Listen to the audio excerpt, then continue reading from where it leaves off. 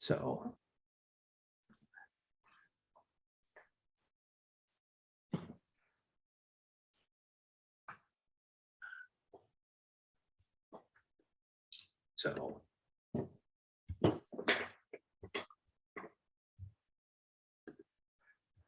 all right, well, welcome everyone, and we are glad that you are here. And let me introduce our program for tonight. We are sharing with you the Little League rules. We're from District 44, the 10 leagues that are in the West San Jose, Cupertino, Mountain View, Los Altos, Santa Clara, and Cupertino area. I think I already said Cupertino, but we are district umpires. My name's Mark Teagle. I'm the District 44 umpire-in-chief, and with me is Jim Maleris, a District 44 redshirt or staff umpire, also a high school umpire that's out there doing lots of games. And last night we covered those rules, and so we want to continue this tonight. This is going to be part 2. If you missed last night, you can find the video from last night on YouTube. Just search D44 Rules Clinic 2022, and you should be able to find it. So a couple of protocols for our meeting tonight. Keep your own video off, and you should be on mute. That keeps it so that everyone can focus. We don't have the distractions of things on in the background. We also we will open it up for questions at the end, but if you have questions during the meeting, you can put them in the chat and we can try to answer them. We'll have one of us monitoring the chat as we go along.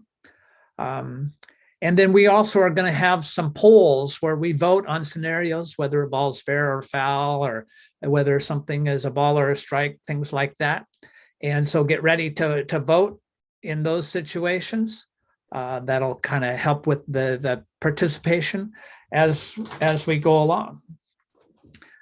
All right, so we're want to review what we covered last night. So we covered the new rules, and there isn't really much in the way of new rules this year for 2022.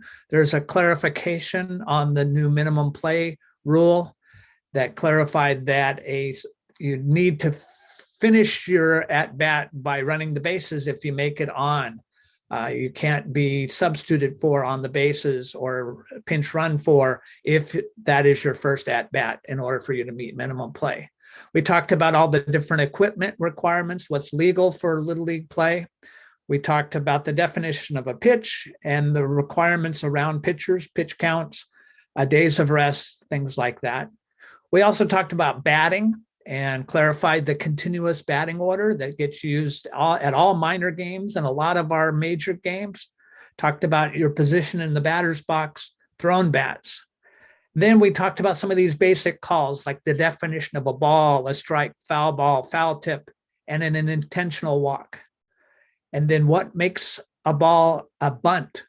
What makes something fair or foul?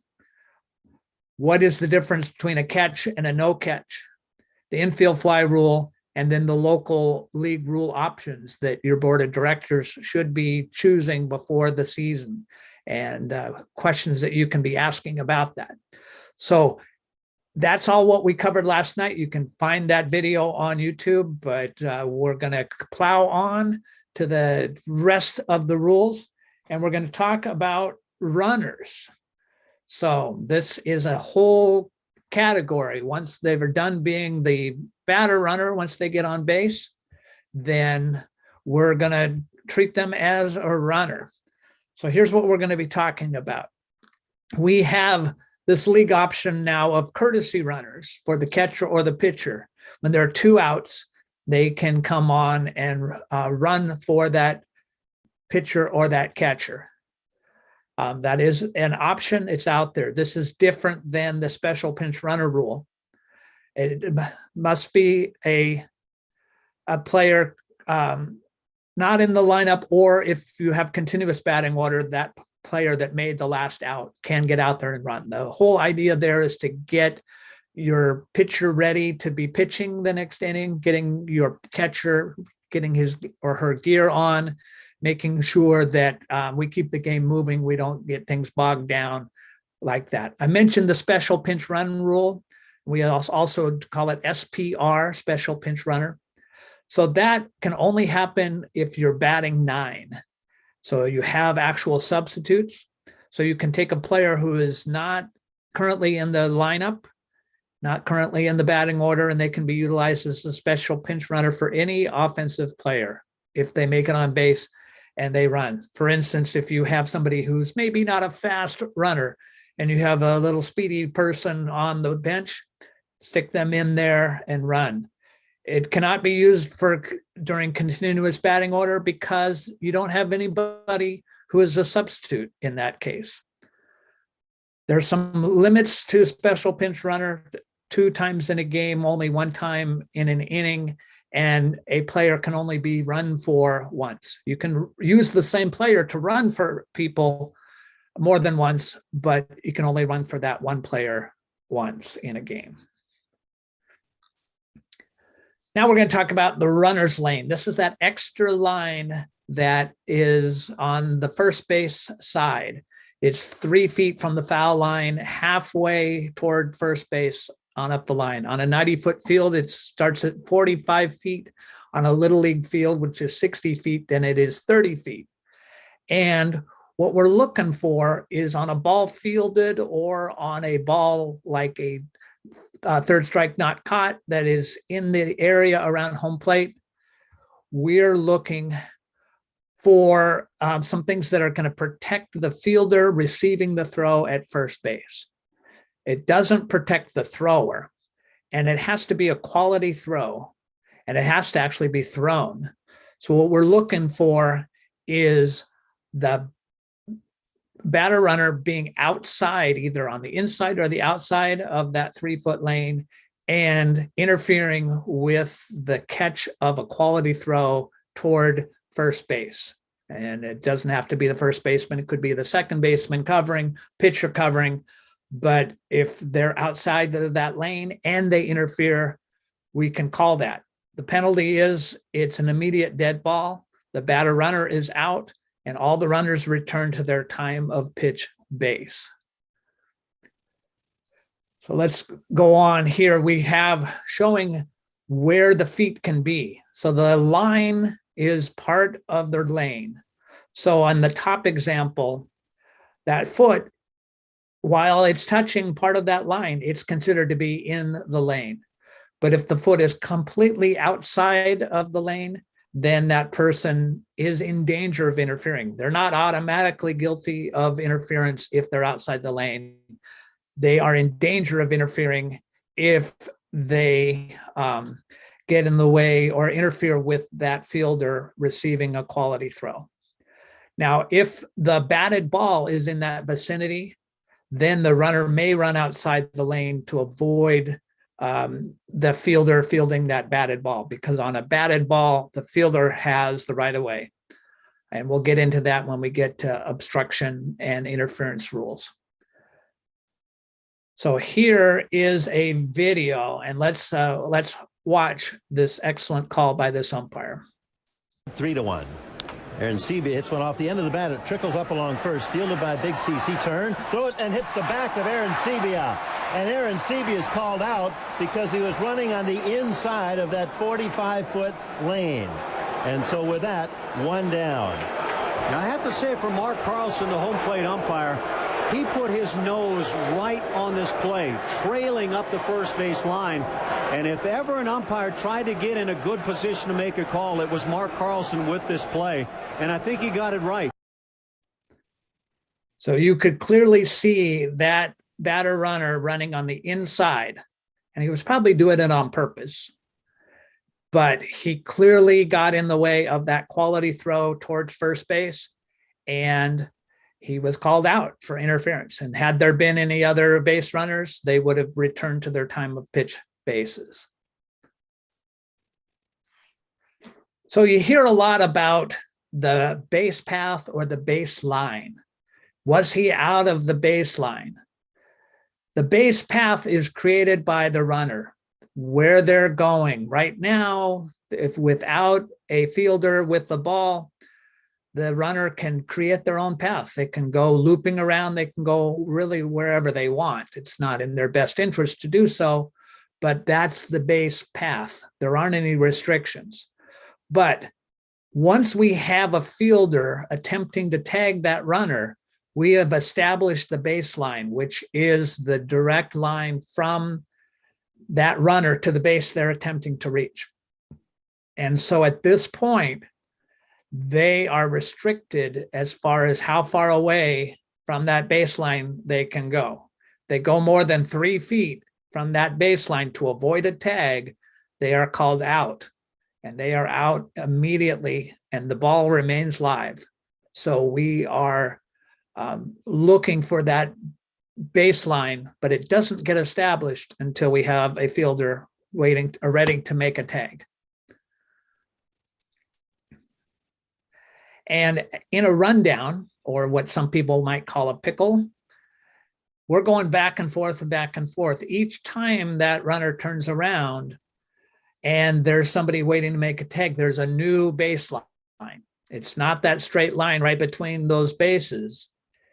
It changes when they turn around and they are headed back and they are going back and forth. Each time they have a new direction and there's a new fielder with a tag attempt, that baseline is changing. And so the umpire needs to be aware of what the current baseline is for that runner. Now, we just said that the fielder fielding a batted ball has the right of way. And so if a good base runner knows they need to avoid that fielder, and so they're going to go probably around behind them. And in doing that, they are not out of their baseline because they're avoiding the fielder. Now, when that fielder turns and starts to try to tag them, then that establishes their baseline, and they could be called out for going outside of that. But if they are avoiding that fielder, fielding that batted ball, they are legal. That's what we want them to do. Otherwise, they could be guilty of interference. Now we have a runner returning to the plate, and see if you think he goes more than 3 feet out of his newly established baseline.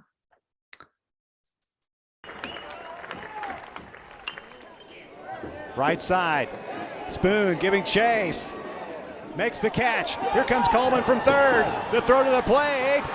Coleman, they battle. Coleman trying to get back to the plate. Call him out. What a weird play at the plate to end the inning. Coleman avoided the tag the first time, went back behind the plate, then tried to come back and tag the plate. And the catcher, Shaddy, tossed it over to the pitcher, Stone, to get him out. But if you're Shaddy, all you really have to do is stand there at the plate and wait for him to come back, because there's nowhere else he can go. Unbelievable play. So he's tagged out anyway, but at some point, I think just before he does this last dive, he was definitely more than 3 feet out of his baseline going into home plate. So something that you can watch for, and when they go out of that baseline to avoid a tag, you say out of the baseline, he's out. And so that's how you would handle that situation. Now we're going to talk about force play. A lot of the basic plays that you are having as a base umpire are going to be force plays. So when the batter becomes a runner, anybody that is stacked up in front of him or her, they lose their right to stay on their base. They are forced to advance. So when the batter becomes a runner, they are forced to move on. Like if a runner was at first, the batter hits it into play, they have to run to second. But if that batter is put out, maybe they make a play on them at first, or maybe they catch a fly ball, then that force is removed and that original runner can go back. A force can even be restored at the basis of what people to do. Like if they overrun second and then go back behind it, that force could be restored during that play. So just bear in mind, is that person forced or are they not? And can they be put out simply by tagging the base, or does the runner himself need to be tagged? Important things for you to think about. Now watch where the out happens on this play. The wind's picked up, changed directions coming in now. It sure has. Ground ball to first. Howard steps on the bag, throws to second, and in time to get Ethier. Rollins anticipated where that throw was going to be. Ryan did a nice job of tagging the bag and making a strong throw. The throw was on the left side of the bag, but Jimmy Rollins made a nice quick tag. I find it interesting to see how. So on that play, the force is removed by the batter runner being forced at first. Therefore, the shortstop needs to tag him at second base. Now, had the first baseman thrown to second before stepping on the plate, the force would have been in order, and he only would have had to have his foot on the bag, and then he could have thrown back and tried to get the double play that way. But just bear in mind, is the force in order or has it been removed? And that determines whether it's a force or a tag play. All right, well, we're going to take on a set of rules now that are unique to Little League majors and minors. And that's the runner leaving early. Pretty much every other form of baseball that I'm aware of does not have these kinds of rules, but it's really important for us as umpires to enforce these rules. So if a pitcher's in contact with the pitcher's plate and has the ball, and the catcher's in the catcher's box, that area right behind the home plate, and they're ready to receive delivery of the ball, and that delivery or that being ready to receive is defined as facing the pitcher with their helmet on. They do not have to be down in the squat. So if those two conditions are satisfied, then the base runners shall not leave their bases until the ball has been delivered and it has reached the batter. It's not reaching the plate, it's reaching the batter.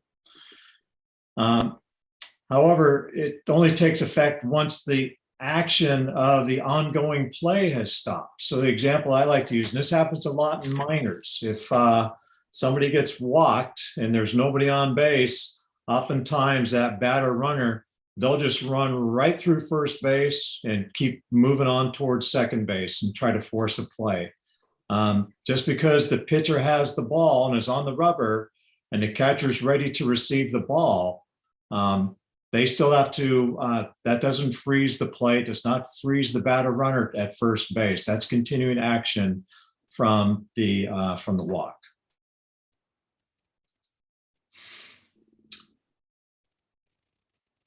And one runner affects all runners. So if you have one runner that leaves early and other runners advance on that same play, all runners may have to return if there's no out made on the play. Let's take a look at a video here that illustrates this.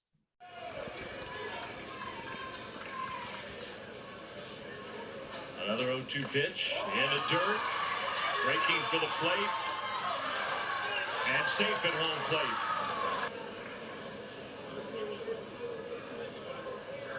Some kind of the red flag over there on first base, and that's what gets thrown out there if they thought the base runner left too early. Unless they conference and decide to change the call, but I can't imagine they would. Oh, it's absolutely the right call, too. Very much so. Absolutely the right. A good spot. Yeah, the umpires definitely had that one right. That runner from first base left early. And his action by leaving early affected all the runners because bases were loaded on that play. All three runners had to return to their original base. And it took a run off the board. Correct. So runner leaving early. If you see it, it's a delayed dead ball. You don't stop action. Now, if the batter does not hit the ball, the runners are allowed to continue. If a play is made and a runner is out, then the out stands. You ignore the runner leaving early. If the runner's safe, you call time and push the runners back to their base that they were on before that pitch happened. You call time, push them back. There are no outs for leaving early. It's just you got to push the runners back. Now, if the batter hits the ball, the base runners are allowed to continue. If the play's made and a runner or runners are out, the outs stand. And if a play is made and no runners are out, the runners must return to their original base or the bases or the unoccupied bases nearest the one that was left. An example would be runner on first base. He leaves early and the batter hits a double. Or actually, we'll say the batter hits a single.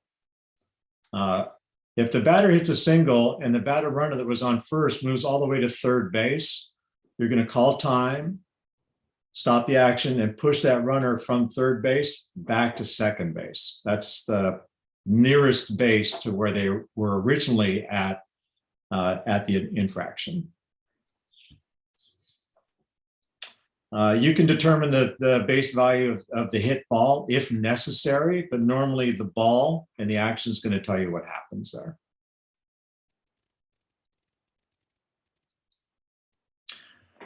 There's another special situation with runners leaving early in Little League. It's called the poof play.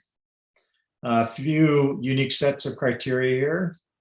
Bases have to be loaded, and the batter bunts the ball or hits it within the infield or advances on an uncaught third strike. So essentially the ball still stays in the infield. If the ball is hit and goes to the outfield, this does not apply.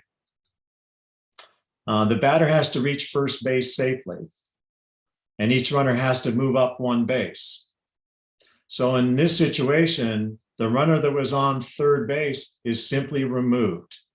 No out is recorded, nor is a run scored. It's a poof play. And just note that the word poof does not occur in the rule book, but that's the nickname that umpires have given this rule.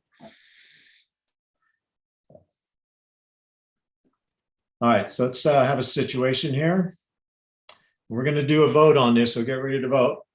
So the situation, we have a runner on first and third with no outs. The runner on first breaks for second base as the pitch ball is halfway between the mound and home plate, so it has not reached the batter yet.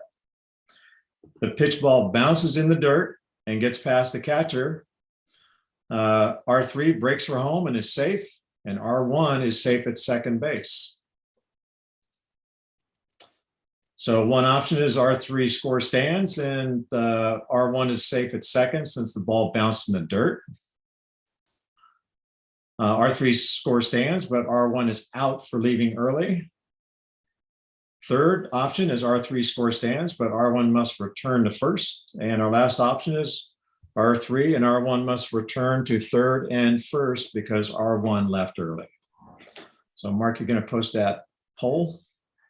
You know what, Jim? I have missed this one in the poll.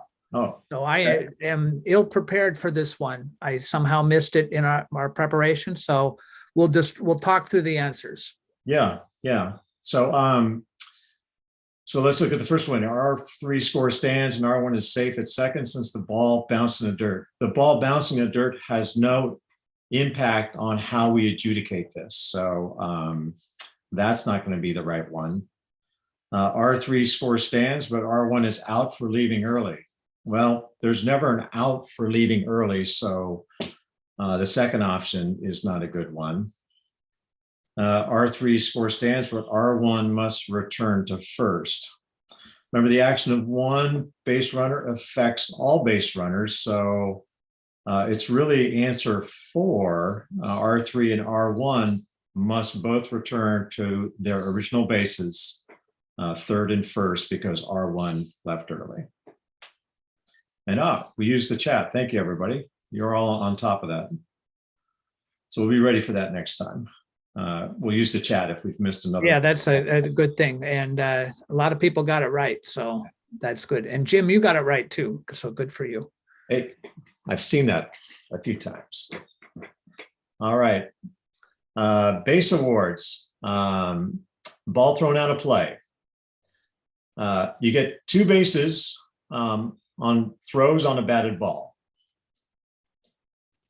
If it's the first play by an infielder, let's say a ground ball to the shortstop and he overthrows first base, then it's 2 bases from the time of pitch. So that runner that was on first base, they'd be awarded third base.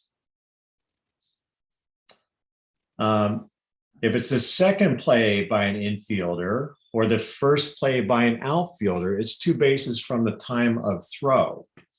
So that runner on first base, if they've rounded second base and then it's a throw from the outfield into the infield that then goes into dead ball territory, and he's already rounded second base at the time of the throw, well, he's going to get 2 bases. That's going to put him at home plate. He's going to score.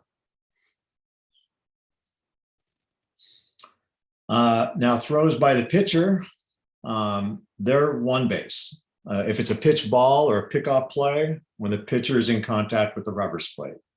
This doesn't happen so much in minors and majors. Once you get to intermediate and juniors where you get the leadoffs and you start to see this a little bit more.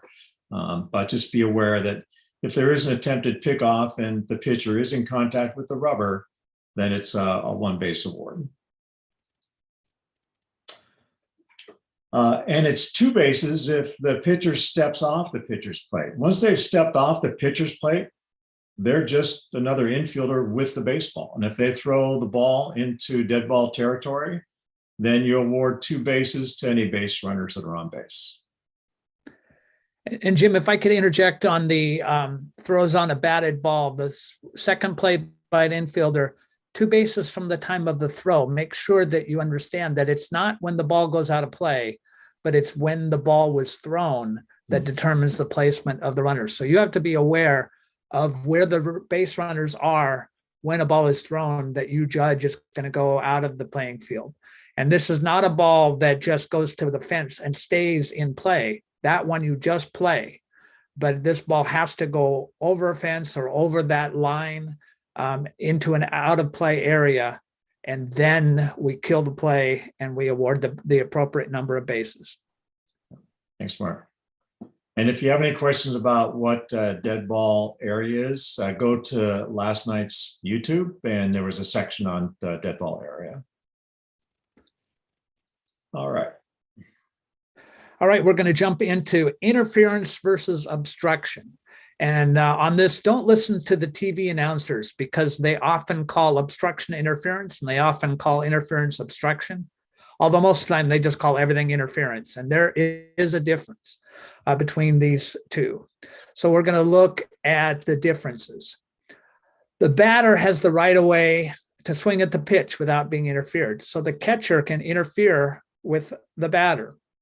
And so that's catcher's interference. But that's one of the few times when the defense can interfere. Once the batter hits the pitch, the fielder has the right of way to field the batted ball without being interfered with. So either the batter or a runner can interfere with a fielder.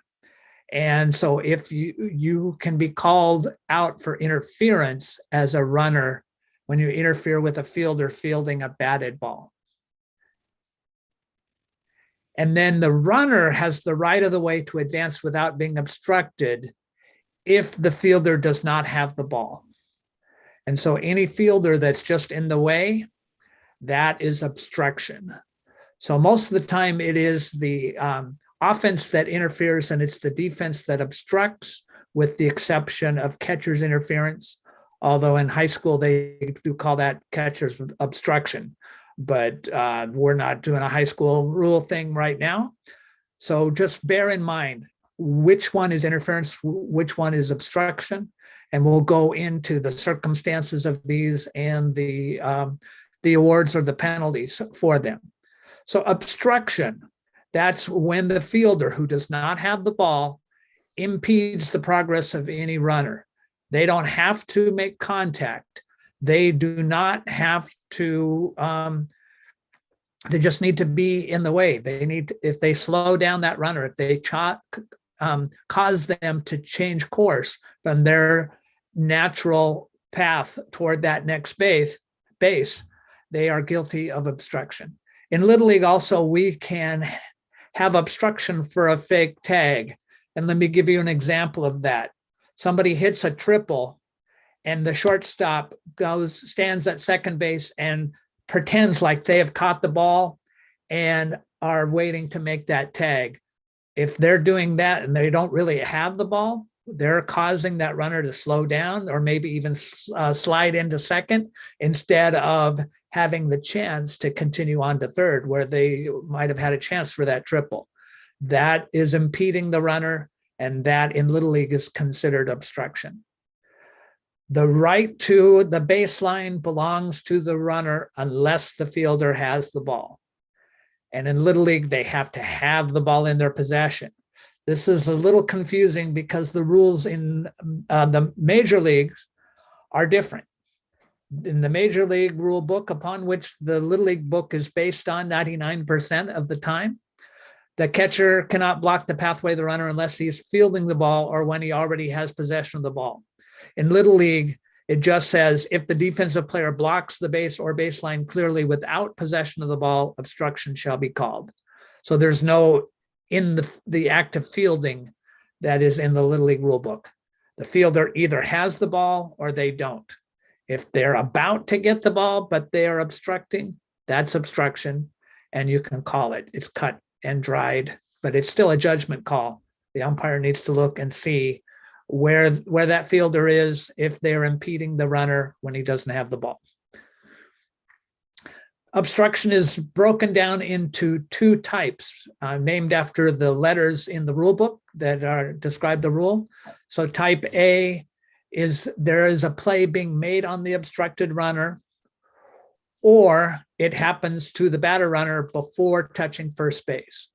So if either of those are in effect, it's an immediate dead ball, and there are automatic base awards. The obstructed runner is awarded at least one base beyond the base last legally touched. Like if this happens just after they are past first base, they get awarded second.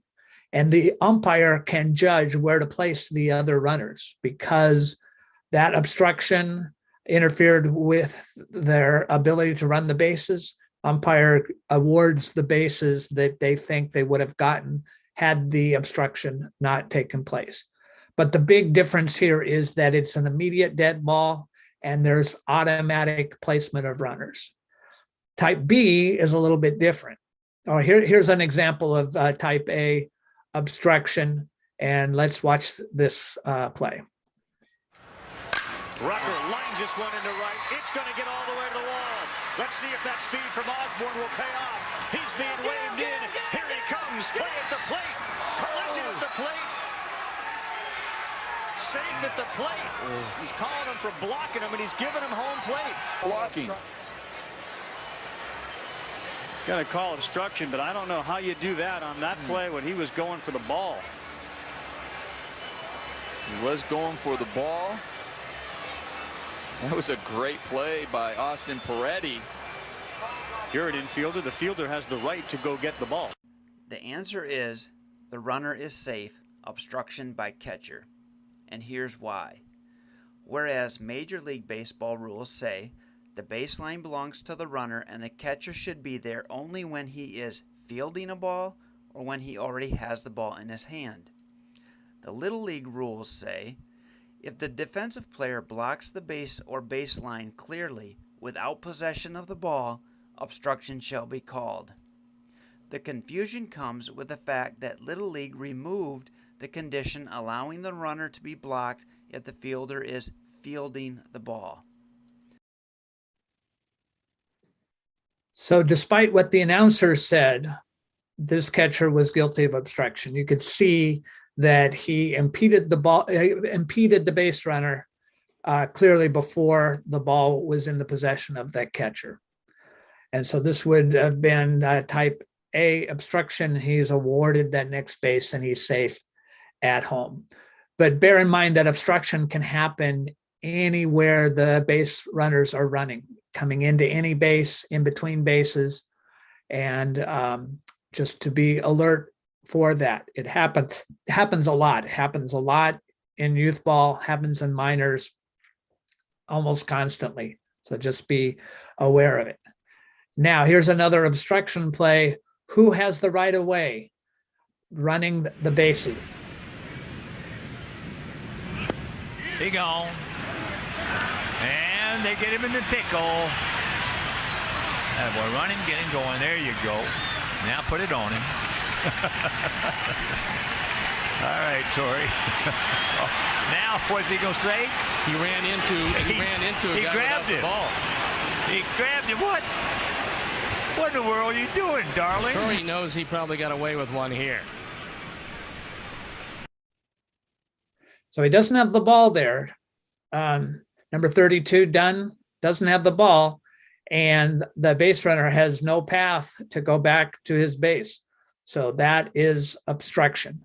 And they're making a play on the runner, so it is type A obstruction. And so the automatic award is he is awarded second base on this play. Even though he was going back toward first, he's awarded the next base because he'd already legally acquired first. Now we get to type B obstruction. And this one is when there is not a play being made on the obstructed runner. It's away from the ball. And in this case, it's a delayed dead ball. You let the play finish. And then at the end of the play, you're going to impose such penalties, if any, that nullify the act of obstruction. On this type, you don't have to award any bases, but you certainly can. You're just thinking, okay, what did the obstruction do? So if an obstructed runner advances beyond the base, which the runner would have been awarded in the umpire's judgment, the runner does so at his or her own risk and may be tagged out. So let's say there's a double in the gap and the batter runner is rounding first and gets obstructed by the first baseman who's not paying attention, gets slowed down a little bit. In the umpire's mind, they are protected to second, but then they decide to try to stretch it to third, and the umpire didn't think they would have made it minus the obstruction, and they're tagged out at third. They're out.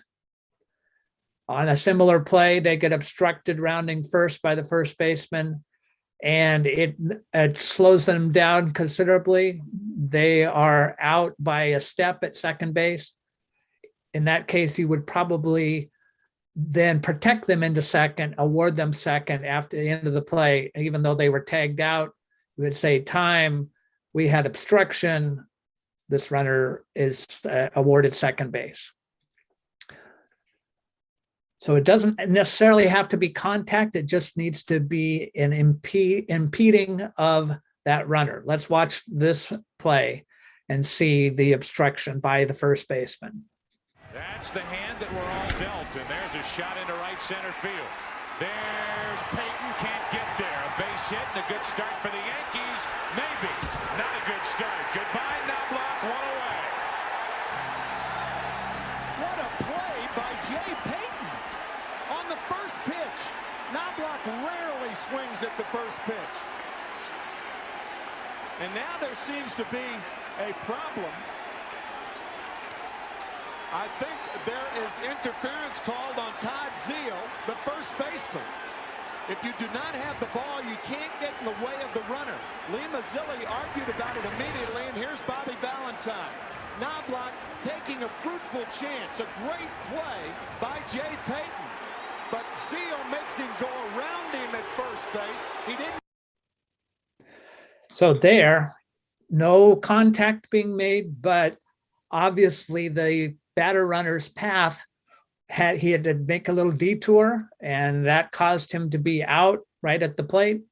And so in the umpire's judgment, he would have made it to second if the obstruction had not occurred.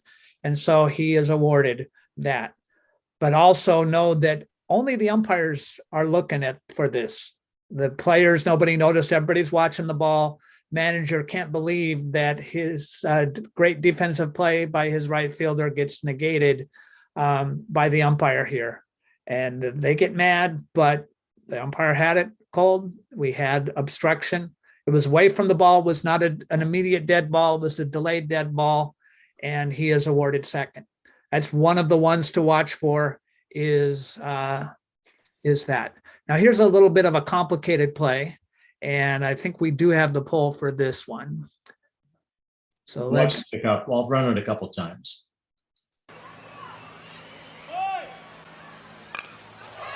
Really good bunt. Nobody at first. Runner, though, is down in front of him. And now he's going to try to go to second base. And he's okay there. I didn't see what happened to Drew Hill. If he ran into a fielder, perhaps? Yeah, I think that's exactly what happened. May have run into R.J. Vashi, so he went down. I think the umpire immediately made a call.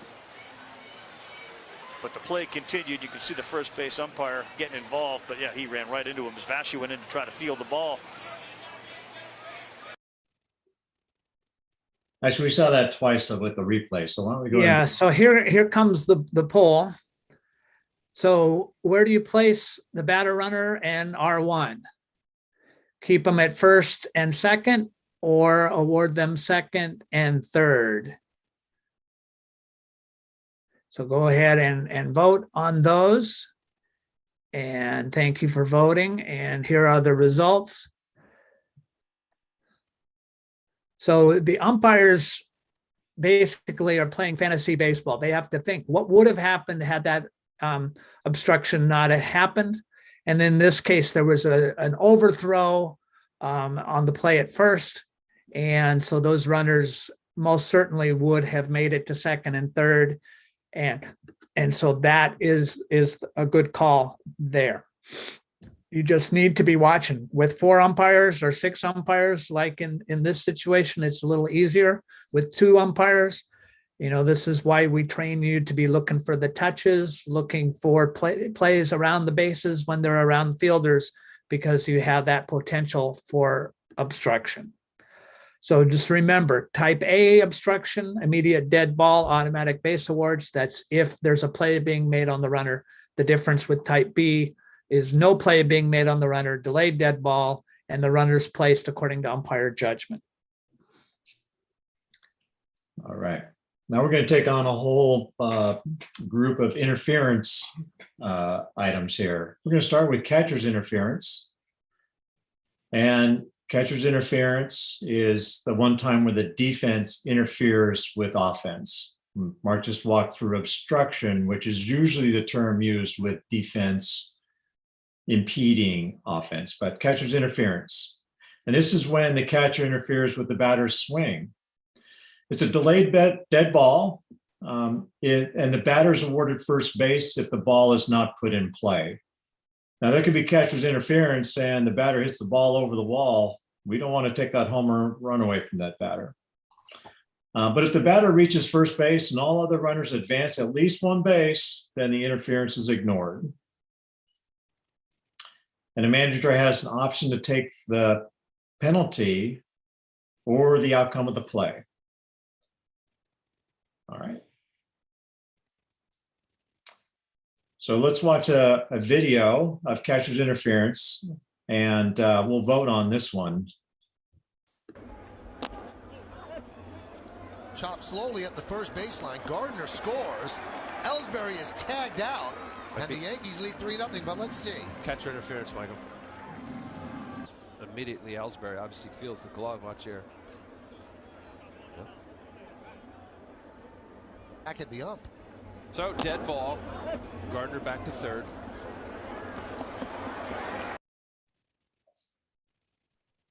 All right. So what should happen on this play?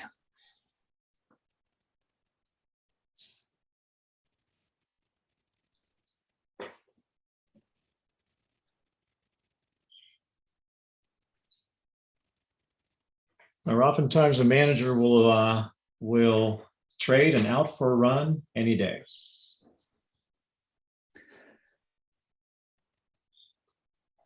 So here it's the manager's choice, but the manager also has to know that he has a choice or she has a choice. You don't have to go with them on this. You make the call, you do the penalty, and but there is a choice here. But it's up to the manager to know that he has choice, and it's enough for them to say, "Now, don't I have a choice on this?" Then I'm going to say, "Why? Yes, you do. You can accept the play, or you can accept the penalty." And often, as Jim said, to get a run, they're going to accept that that time they would accept the play rather than the penalty. Yeah.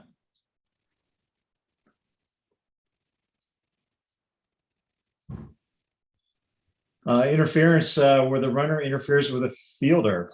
The batter and runners must avoid a fielder who is attempting to field a batted ball or intentionally interferes with a thrown ball.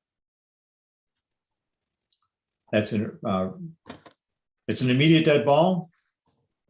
If the batter interferes, the batter's out and the runners are returned to their original bases. If a runner interferes, the runner's out and the batter is awarded first base and all of the runners are returned to their bases.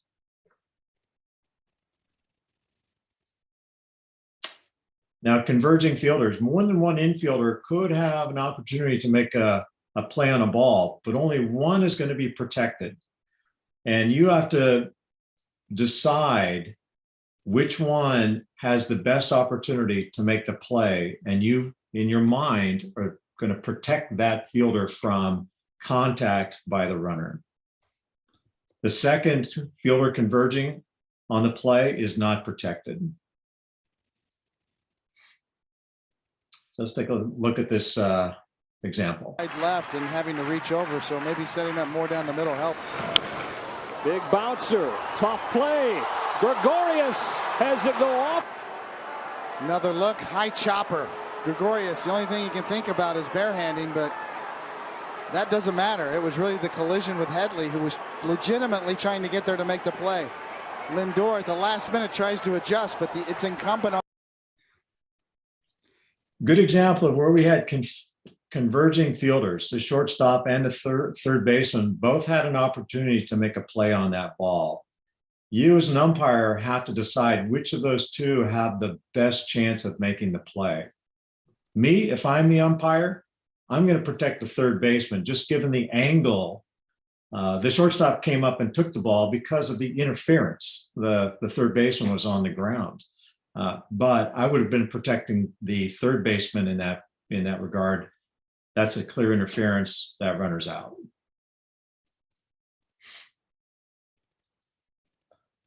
We saw this before, the runner's baseline. The runner is not out if their action is to avoid interfering with the fielder fielding a batted ball. Or they should be going around the fielder. The fielder has the right of way to field the ball without being interfered. Now, a runner being hit by a batted ball. Bunch of rules in the rule book that pertain to this. There are no runner interference rules. They're termed runner hit by a batted ball rules. It's the responsibility of the runner to not get hit by the batted ball. Immediate dead ball, runners out for being hit by the batted ball, and other returners or other runners return to their time of pitch base, so their original base at the time of pitch. And the batter is awarded first base.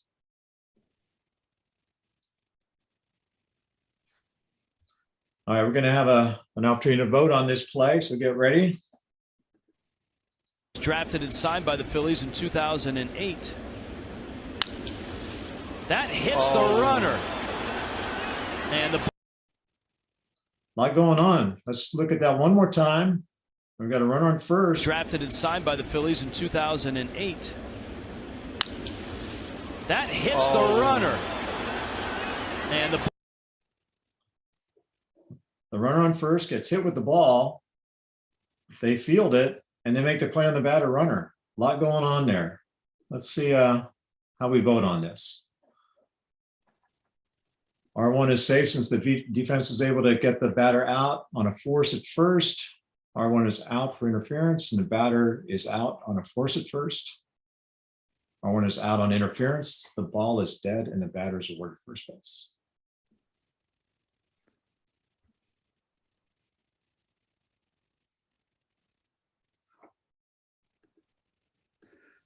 All right, and here are the results. Right. Great. I mean, everybody, we gravitated towards the right answer, which is it's an immediate dead ball. So the runner is out. Since it's an immediate dead ball, that what looked like a play on the batter runner doesn't result in an out. That batter runner is awarded first base. Nice job.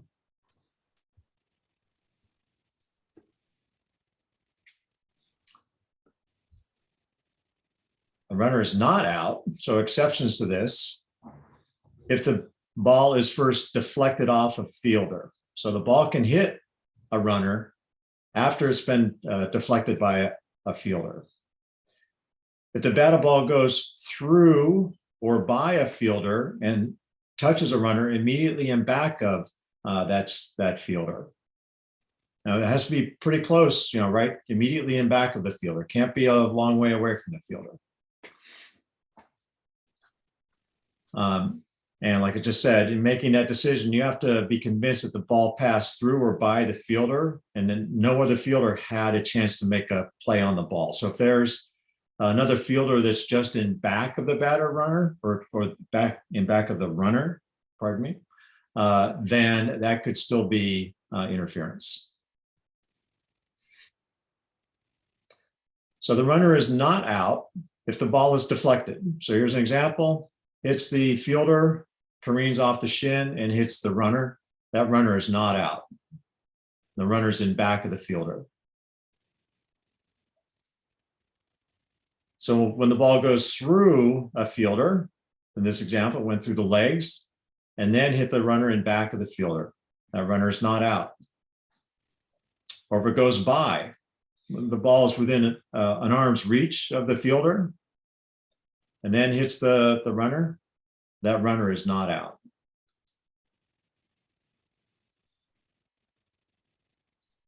If another fielder could have made a play on the ball after going through or by the first fielder, then the runner will be called out. Let's see what that looks like here. Got a runner or a fielder.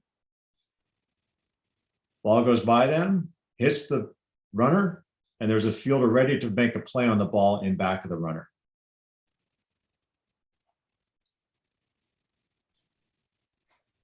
All right, so some scenarios here. We're not going to do votes on these.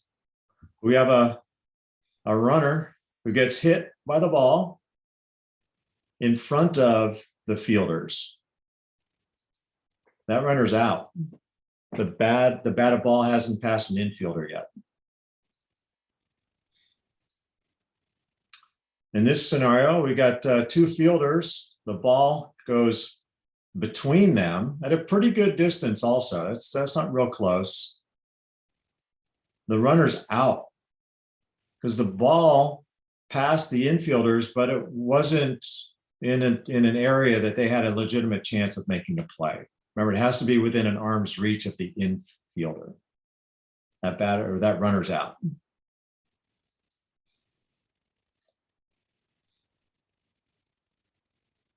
Ball gets underneath the infielder. The runner's not out. The ball passed by the infielder.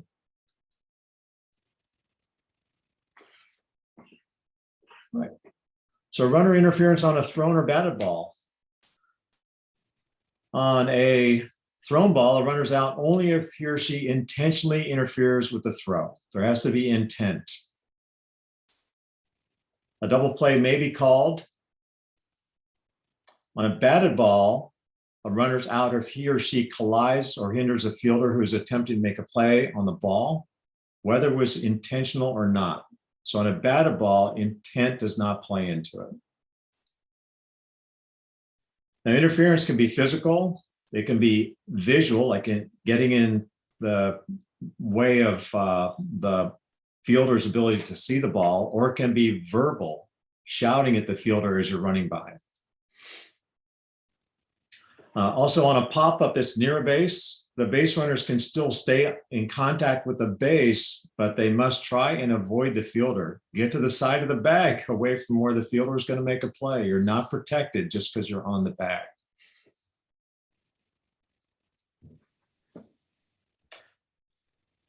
All right, let's watch this video about runner getting hit by a thrown ball.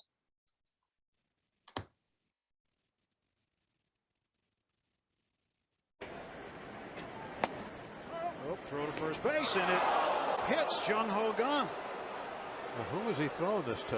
And Jung Ho. Ball hit hard, diving stop, and Segura's throw hits Fowler and goes into foul territory. Drug the shot we had of. Romine throws to third to hit the wall.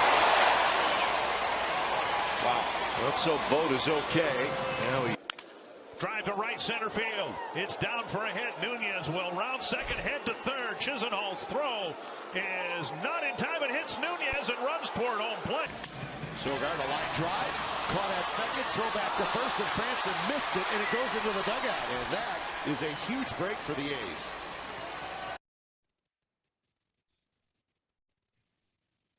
This is intentional. Ground ball to Gordon. The quick flip for one.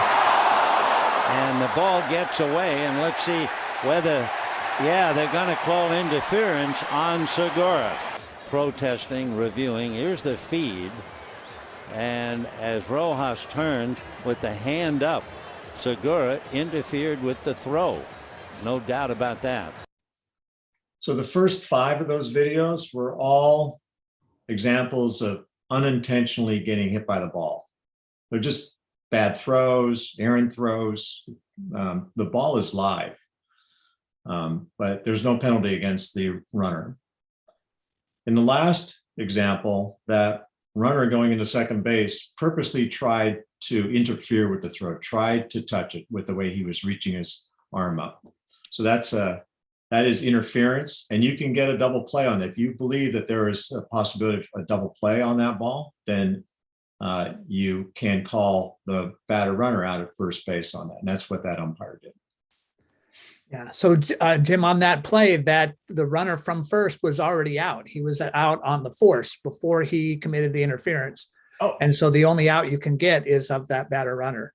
But you can also have a double play interference if you believe like that runner from first interferes with the fielder before he even has a chance to start the double play. But if it's an obvious attempt to break up a double play, you can get 2 outs on an interference call. But that's, you have to be really sure that that's what that base runner was doing, that they were trying to break up the double play.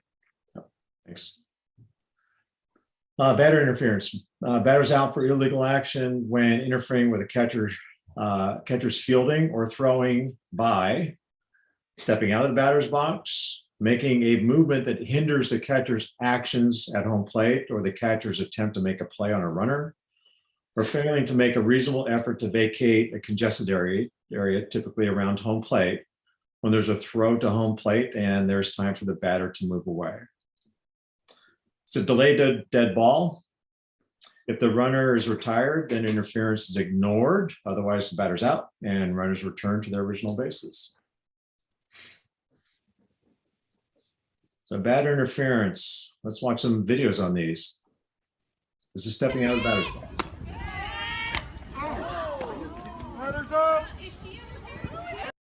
I don't know why they call it a softball. Not much looked very soft in that, but that is an example where the batter stepped out of the batter's box and got in the throwing lane of the catcher, trying to get the runner advancing, stealing second to third. Another example.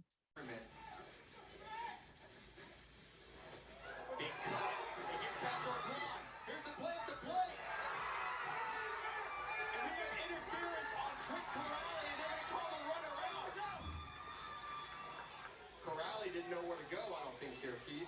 But Corrali, you're right. He was setting right there. He was trying to get back out of the way, just standing there. He was not trying to intentionally get in the way.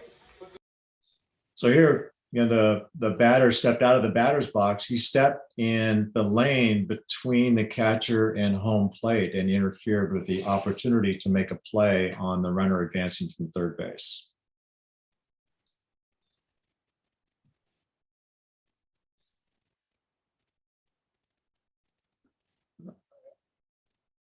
He's going to be called out because Suzuki made contact with Peralta, who leaned over the plate area. Runner goes now. The pitch is swing and a miss. And on the backswing, that caught Bobby Wilson. And they're going to call the runner out. So Ortiz strikes out. Fall in front a little bit of the plate. And it looked like Soto was ready to throw, and then he... Well, now he's signaled to be out. Did he run out of the baseline? For interference. And now Brian Price wants to make sure that is a call. So we saw a few different examples of batter interference. The wild swing, what I call what's deemed follow-through interference, where the bat comes around and comes in contact with the catcher at the same time where a runner is trying to steal a base. That is interfering. The example here with Johnny Cueto watching the ball bounce up in the air when the catcher is trying to field it, that is interference as well. So on the interference with a steal, like going from first to second, the umpire calls interference, but it's a delayed dead ball. You let the play finish. And if the out is made, then you don't refer to the interference. But afterwards, you can call that batter out for interfering with the catcher, and the runner would have to return to first. Yeah, thanks for that. All right, batter interference. We're going to have a chance to vote here. Out. Luke Maley is up. The runner goes for third. It's a called strike. The throw hit the batter in the midsection, and down goes Maley. All right. Mark's going to post the poll.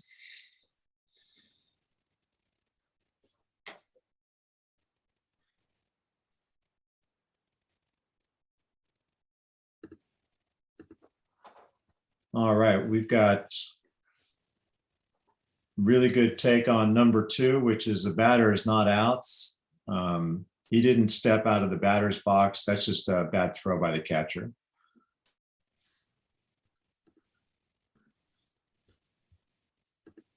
All right.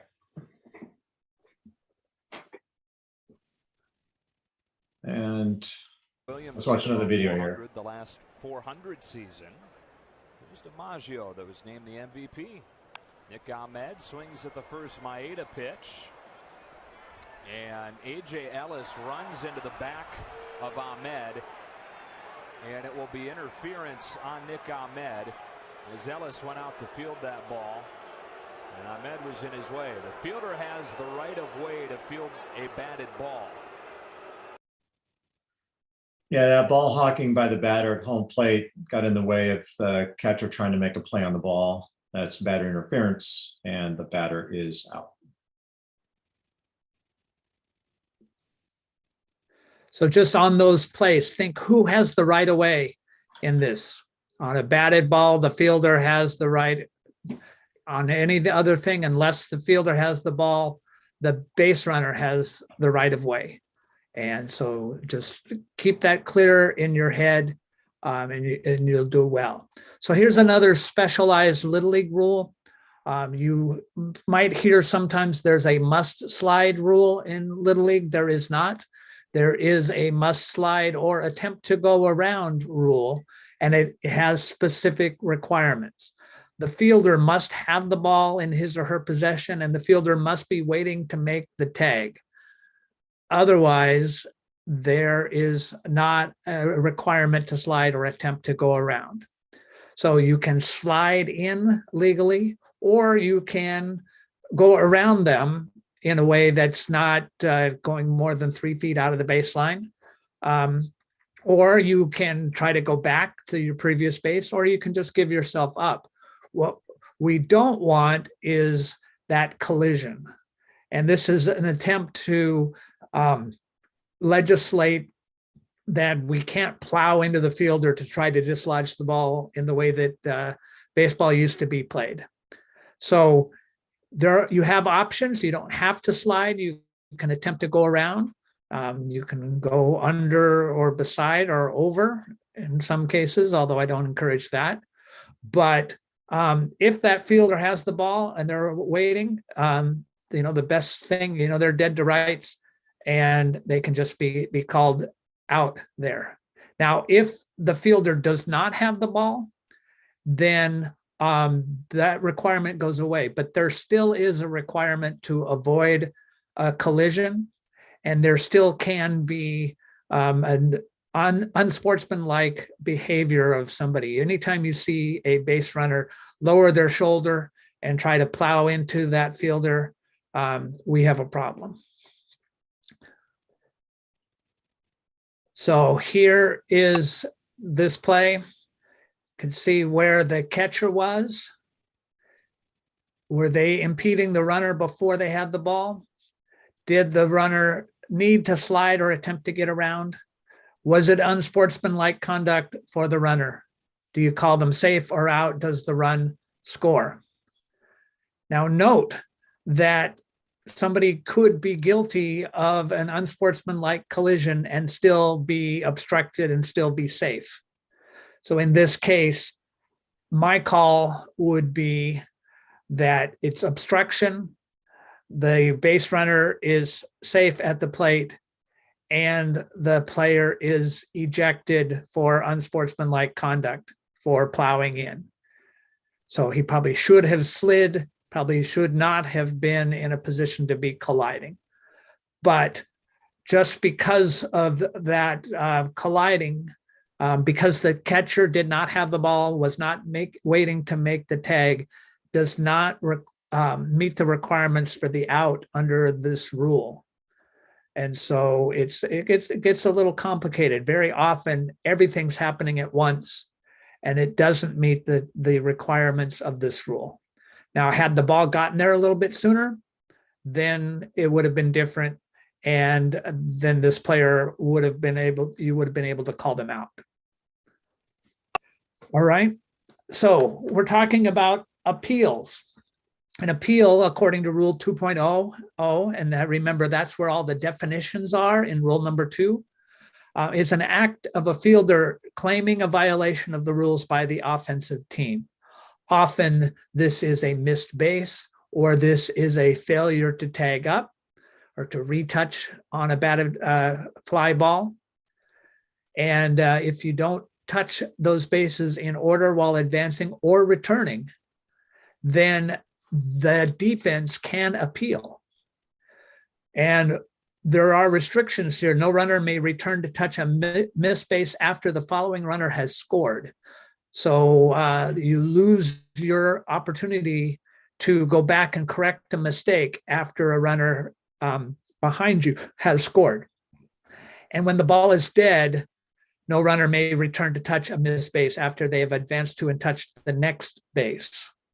The ball is dead and bases are being run on either awards or on a home run or a ground rule double. So all of those things, still you are required to touch those bases. And so overrunning or oversliding first base, if you've missed that first base, you need to return immediately to correct that mistake. If you are not returning immediately, you can be tagged or the base can be tagged, and an appeal can be made that you did that. Failure to touch home plate, and you make no effort to return to home plate, you go into the dugout or other dead ball area, you lose your right to come back and correct that mistake, and you are liable to be out on appeal if the defense properly appeals. So here are the requirements for an appeal. It needs to be made before the next pitch, play, or an attempted play. And by play, we mean there can be continuous action that's happening, it's that all can be considered one play when it comes time to make that that appeal. But the ball must be live and in play. So if the ball is dead, the ball needs to be put back into play, and then the appeal can be made. And it is not to be interpreted as a play or an attempted play, the appeal itself. And then it has to be clearly communicated that it's an appeal. Sometimes it's obvious without saying anything, especially like on a failure to tag up on a fly ball. But just accidentally stepping on the base does not give you a real appeal. And if there are multiple runners that may have missed a base, it needs to be clearly indicated which runner it was that they are appealing. So it's good for coaches to train their players how to do this properly, how to have the ball be live, how to make it clear to the umpire what you are appealing. So here are the key steps for making an appeal. The defensive players must be on the field. It has to be done before all of the offensive players have left if it's an inning-ending play. Put the pitcher on the mound with a ball. Umpire puts the ball back into play. Pitcher steps off with his pivot foot. If they step off the wrong way, that would be considered a pitch, and that would void the appeal. Then you throw to the base or tag the runner and tell the umpire what they're appealing. The ball is live, and other runners can advance at their own risk. So there is a risk to doing this appeal play for the defense. If the defense makes a play and they err on that, then they have lost their chance to appeal. So here is one from the Western Region playoffs, and this is an appeal of a missed base, and it comes after a timeout. So this manager goes out, talks them through it, and they successfully appeal. But I don't want to spoil it. Let's watch the video. A pitch coming from Andrew White, and it's into left field for a base hit. Now it skips past the left fielder and all the way to the fence. Hawaii's going to score 2 runs in the tying run. Young will be at second. Do score. Hey, did he miss third? You weren't looking? Did you think he did? Who? Which one? Which one? The first guy or the second guy? No, not the first guy. Which one? The second guy? Okay, so the first thing you're going to do is you're going to step off, and you're going to, when he says play, you're going to step off, you're going to throw it to Cole, nice and easy, and you're going to say that the second runner missed the bag. And they call him out, and the game's over. Did he miss it or not? Wow. So that umpire was watching. He had his assignment, touches and tag ups, and he saw the missed bag, and he kept that information to himself until it was properly appealed and he was ready to make the call. Notice there were 2 outs in the 6th inning, and this was the last out of the game, and gave Petaluma of Northern California the victory on this game. So we're just watching for that. All right, we're going on to batting out of turn or batting out of order. You have your batting order, and they need to follow that. So the proper batter is the batter who should be up to bat. The improper batter is somebody who is batting out of turn. And a legalized batter, if an improper batter becomes a proper batter, if he gets legalized by the next pitch or play, this is like an appeal where you have a certain window in which you can get the batting out of turn out. So let's go through this in a little bit. So before the improper batter becomes a runner or is retired, the offense can correct their mistake, and the proper batter can come back into the batter's box, and they do resume the improper batter's count. We have the pitcher has earned those strikes or balls, and they will take over at that point. If an improper batter becomes a runner and is retired, and before the first pitch to the next batter of either team or before any play or attempted play, the proper batter will be declared out. So it's not the person who is wrongly up to bat. It's the person who should have been up to bat who is declared out. If any other runners advance because of a ball hit by an improper batter, they have to go back. But if they steal or advance on a wild pitch while the improper batter is up to bat, those get to be kept. All right. So all of those other things can disappear if it happens on a ball hit by the improper batter. And then if a runner advances, well, yeah, I talked about that. That's such an advance is legal. So if so all of these things go into this, and this takes about 2.5 pages in the rule book, and they have it all laid out with alphabetized names of batters. You can go through that, but the main thing is that it's the person who should be up to bat who is called out if it is properly appealed. And then it's the person who follows that should be up to bat. Because if an improper batter becomes the proper batter, they are legalized because the defense doesn't properly appeal, then you pick up the batting order from following that person. It can be really complicated. It's good from a manager's standpoint to have one of your coaches who is just in charge of who's up to bat to avoid this.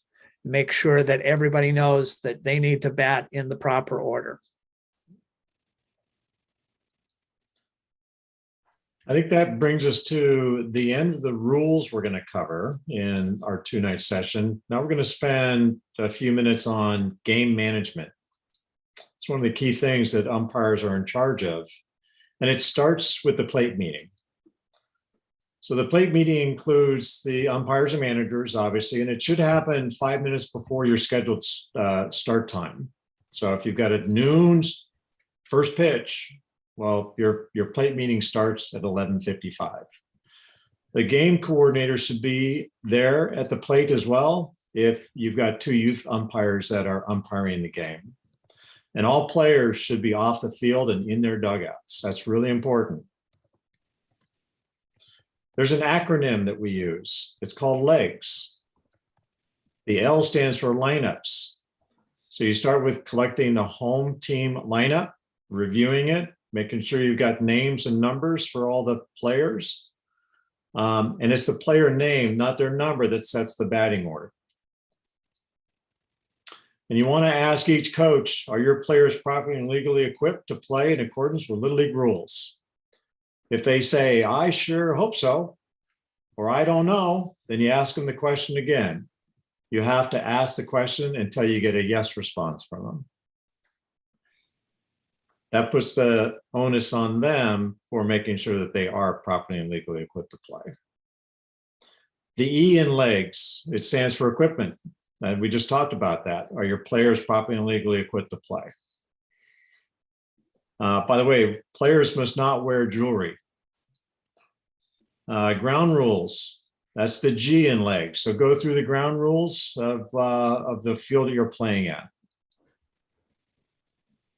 Sportsmanship, that's the S. Remind everybody that we want to have good sportsmanship from the players, coaches, managers, and spectators, and that they're going to get a good sportsmanship from their officiating crew that day.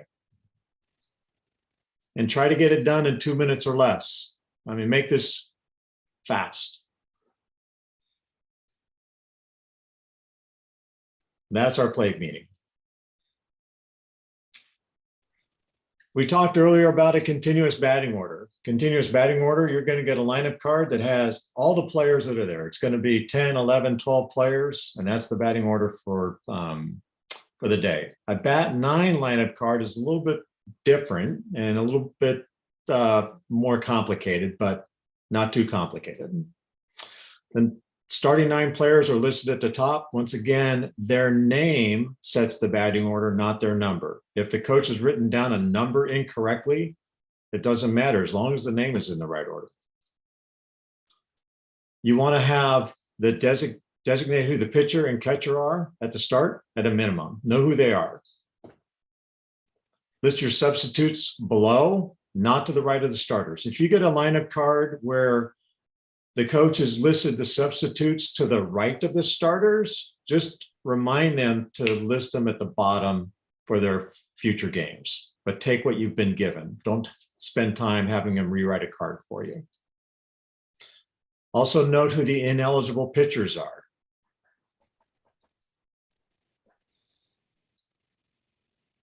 And then once the game gets going, you're going to note your substitutes and reentries to the right of the starters. So we'll take a look at the sixth hole here. Number 10, Fred, was our starter. Number 4 came in at the top of the 4th. By the way, I like to use red pen. It just stands out from everything that the black ink and the blue ink that the coaches tend to use. The number 7 hole, we have number 2, George is our starter. We had number 1 come in the top of the 4th, but number 2 re-entered in the bottom of the 6th. You want to note all those substitutions and re-entries in the front of your card. On the back of your lineup card, you want to be taking lots of notes back here. You want to note who your pitchers are and the visits. This is the way I write mine out. Pitchers, who my starter is, and I put a column for first visit and second visit. So as the game proceeds, I'm able to write down who my new pitchers are, my substitute pitchers, and their visits. This is obviously a major game that I'm umpiring since they're only allowed 2 visits. I also want to note who my catchers are, what their numbers are, because there are catcher limitations on being able to go and pitch later in the game. So I've got to keep track of how many innings they're catching. I also want a quick reminder of who my catchers are. I want to know them by name and use their name through the game. Your catchers are your best friends. They're going to protect you and catch the ball. And so you note the catcher substitutions and their names as well. And if you have a re-entry of a catcher back into the catching position, note when they came in. Special pinch runners you want to note on the back. Something I do is I also keep track of the score by half inning. Sometimes the scorekeepers, the official scorekeepers, are really good. Sometimes they're not so good. Maybe the scoreboard is not working. Also, this is if you have ejections and protest notes that you need to take. This is where you take those. This is on the back of your lineup card. And just note that each umpire kind of has their own individual style about using their lineup card, but it is important because your lineup is the official one. And so it's the ultimate reference for a batting out of order. What's in the scorebook, what's on the app, that's not what the official order is. It needs to be reflected in there. And it's also your job as the plate umpire to help the managers avoid illegal substitutions. You know, if you're trying to bring the starter back in before their sub has met mandatory play, you can't allow them to do that. There's a reason for their sub and every player having to do 2 innings on defense and have an at-bat before they can be removed from the field. It's to keep everybody involved. It's to make level the playing field for everybody. And, managers get a little confused about the substitution, especially early in the season, especially if they're only have done continuous batting order before, and now they're trying to do bat 9, and they can get confused about how to make the substitutions. Okay. Warm-up pitches in between the half innings. The pitchers get 8 pitches in 1 minute, whatever comes first. All right. And maximum of 8 warm-up pitches or 1 minute. That's it. You can reduce the number of warm-up pitches if it's taking them too long. They don't get 8 automatically. And strictly followed, we should only be burning 12 minutes of time in between the half innings on these warm-up pitches. That means it's 12 minutes we're not playing. If we're taking 2 minutes in between the half inning, that's 24 minutes we're not playing. If we're taking 3 minutes, which may not seem long in any one half inning period, Well, that's 36 minutes we're not playing. And some leagues have, time rules as well. And so if you've got an hour 45 time limit and you're using 36 minutes just to do your warm-up pitches, then that's a lot of non-game time. So speeding up the half inning, coaches, talk to the team in the dugout, not outside the dugout, get the leadoff batter ready to go. Substitutes while on offense are announced when the subs come to bat or is on base. When you're on offense, you don't take time to write down all the substitutions proactively or in advance of when they're going to come to bat. On defense, pitcher, get that pitcher warming up with a properly equipped player as soon as possible. It may not be the catcher, but it has to be a player with a legal catcher's helmet and glove. Minimize the team huddles, get them off the field, and subs, let the umpire know the subs when the pitcher is early in their warmups. I can't tell you how often it happens where the pitcher's just about done with their warm-up pitchers, and now the coach wants to come and tell me the 3 substitutes he wants to enter, which takes another 3 to 4 minutes. Adults on the field, only 1 manager and 2 coaches in majors and 3 coaches in minors are allowed on the field or in the dugout. Always 1 adult needs to be in the dugout at all times. Doesn't matter if it's offense or defense, there has to be an adult in the dugout. An adult shall not warm up pitchers. That's in the field or in the bullpen.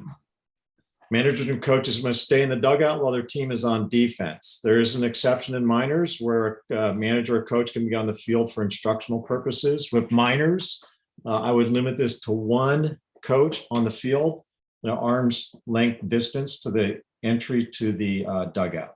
But you can't have a bunch of coaches patrolling the front of the dugout. So one thing that you'll see often is if the team only has 2 adults present, then they are limited to who they can have out on the bases as base coaches. They cannot have 2 adults both base coaching if they don't have somebody to be in the dugout. So that means that at least 1 player is going to be a base coach. And if there's a manager that's by themselves, then they have 2 players as base coaches there. All right, well, we're just about done, and Jim has successfully timed this just right on the button for 90 minutes. Just know that we are resources for rules, but there are a lot of other ones that are out there. One of the best developments over the last 2 years is there's a new app that's available either at Google Play or at the Apple App Store that has the rule book. And it has everything for baseball, softball, and for Challenger all in one app.